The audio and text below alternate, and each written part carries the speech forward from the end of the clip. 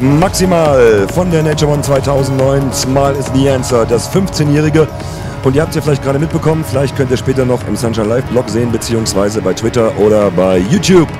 Im Sunshine Live Channel, wir haben Nick Shea hier gehabt, den Vater und Erfinder von Nature One. Es werden neue Rekordbesucherzahlen heute erwartet, bei dem Wetter auch kein Thema. Und wir haben ja auch gerade über viele neue Leute gesprochen, die dieses Jahr bei Nature One am Start sind, weil sich die Macher von Nature One immer wieder auch um neue Leute bemüht haben. Einer davon ist David Forbes. Good evening, David. Good evening, Tillman. How are you? David, it's an honor to having you here. It's like Daniel Kenny yesterday. I'm a big fan of your music, and we always playing your stuff sometimes on the radio show. Yeah, the funny thing is, I told the listeners at the moment that the makers of Nature One always look for new talents, new people, new coming up artists, and you are one of these guys. You are the first time here at Nature One in Germany. What are your first impressions? Thank you very much. Next question. no, tell me. I mean... Oh, sorry, ich tu mal die Kippe weg. Schnick. So, jetzt. I mean, what can you say about this festival? It's just absolutely fantastic. So it is. It's just a pleasure to be here, Tillman. To be asked to play the festival, when I was asked to play it, I would have driven over here. I would have ridden a moped over here to actually play this festival. It's one of the biggest festivals on the calendar, you know, and to be asked to play, it's just an absolute privilege. Did you ever play it before in Germany? I played Alex Moth album launch party 5 weeks ago. Yes. And before then I played a small night called Transcube. Yes. Which a great turnout, you know, which I really enjoyed. But I seem to be playing in Germany a lot more over the past 3 months. You know, I'm coming back to play the Soundtropolis party. You know, right. So The Soundtropolis party is very new for the first time. A new party in Germany, only mostly based on trance music, because trance music was very popular in the 90s, and it's coming up from Germany and Belgium, I think so. And I know most of the people in UK say trance music. We found that trance music is not true. It's coming up. Maybe in the 90s, from 80s, from Germany and Belgium. It's my opinion. I don't know. What do you think about it? Well, I mean, you've got your biggest. It's not really important. No, I mean, everybody takes influences from everyone else, you know. And I think to me personally, when I think of trance music, I do think of it coming out of Germany. You know, you get your big artists like Paul van Dyk at Shredder, Woody, Alex Moth. I don't know if I could say that trance music directly came from. It's not really important. No, it isn't important. Important is that we have trance music. Yes, that's so. I asked yesterday Daniel Candy also.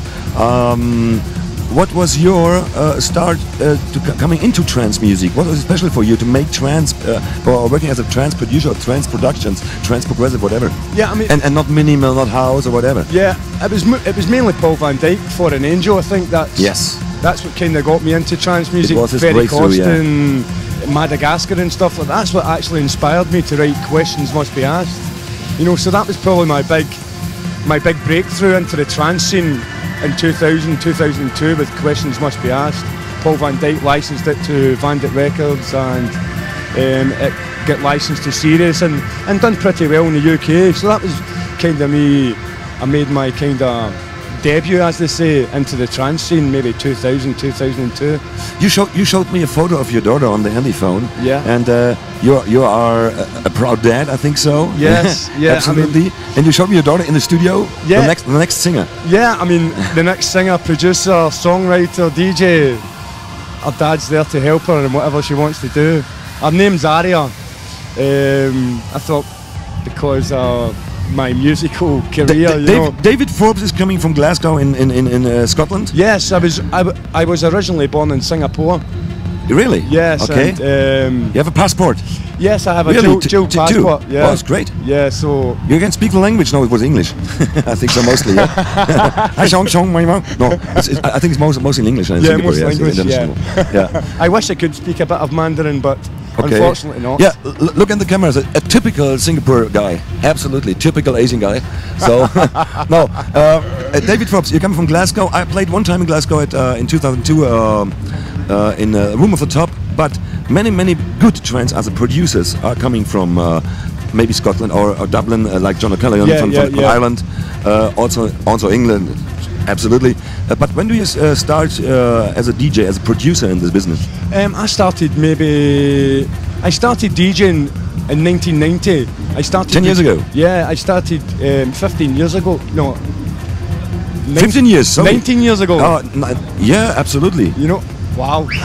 Okay, okay. Oh, wow. Yeah, you are professional, yeah. Yeah, I mean, I started professionally DJing in 1991, producing 19... Very early. Yeah, Very early, yeah. I'm 35 years of age now, you know, so I started when I was around about 17, 18, and started producing hardcore for the likes of Combined Forces and doing the big Combined Forces raves and The Hague and stuff like that.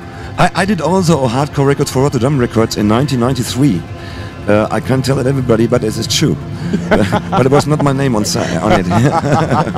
Oranje Boven, it was produced in 1993 for Rotterdam Records, the legendary hardcore label. Yeah, okay. It was an experience. Yeah, I don't. You have a lot of producers nowadays that tend to disregard the past if they wrote hardcore and produced hardcore. I'm quite proud of my hardcore roots, where I started from, because if I didn't do the hardcore, I look at the hardcore productions as my apprenticeship. You know, I learned the core kind of foundations of writing music structures and stuff. And obviously, as the years go by, you progress and you adapt your sound. You get influenced by other producers, and basically that's how you evolve and take influences from other types of music. Any type of music goes for me.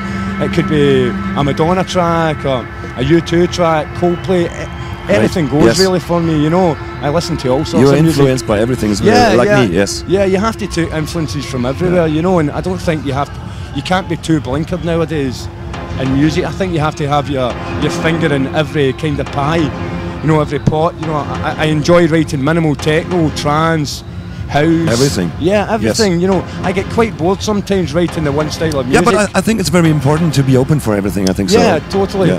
Tillman, yeah. I mean, that's how you progress and, you know, adapt your music and evolve your music. That's how new styles are actually born. You know, from maybe nowadays you see a lot of trance producers playing a lot of techno tracks.